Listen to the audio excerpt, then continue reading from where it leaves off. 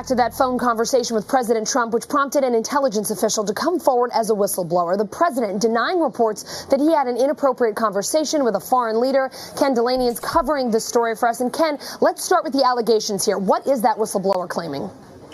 Allison, the whistleblower, according to the Washington Post, is complaining that he was so concerned by a promise that Trump made in a phone conversation with a foreign leader that he took the extraordinary step of filing this written complaint. And I can't stress to the viewers how unusual this is. No one I've talked to in the intelligence world can ever remember this happening before.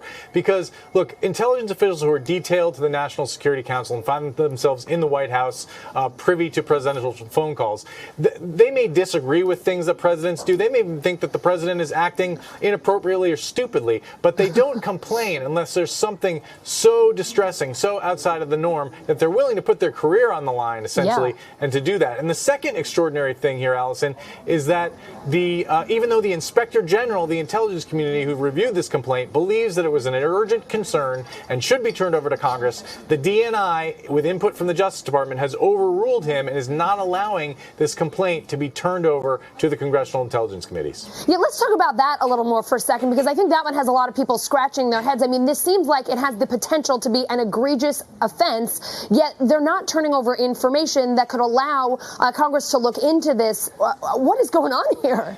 Well, there are two ways to look at it. Democrats smell a cover-up here. They think that the White House and the Justice Department have swooped in here to prevent the system from working as it should. Now, the DNI and their lawyers, I've reviewed their arguments. They are making a coherent legal argument. What they're saying here is that the whistleblower statute that Congress thinks applies doesn't actually apply because the subject of the complaint, they're not saying it's Trump, but it's Trump, the subject is not part of the intelligence community. So they're saying there really is no mechanism for this classified complaint to be turned over to Adam Schiff's committee, the House Intelligence Committee. But that begs the question, okay, well then, surely there's got to be a way for Congress to review what some intelligence official thinks was an inappropriate activity by the President of the United States with regard to a foreign leader, an inappropriate promise. Surely there's some mechanism by which the people's branch of government can find out what that is and review it, Allison. Yeah, it's pretty incredible. You can't get the complaint, then how do you even begin to investigate? Let me ask you this. We heard the Inspector General met with the House Intelligence Committee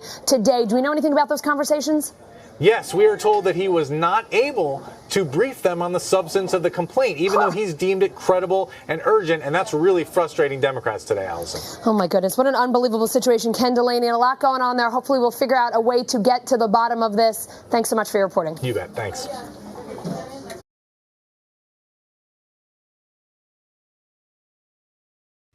Hey, NBC News viewers, thanks for checking out our YouTube channel. Subscribe by clicking on that button down here and click on any of the videos over here to watch the latest interviews, show highlights, and digital exclusives.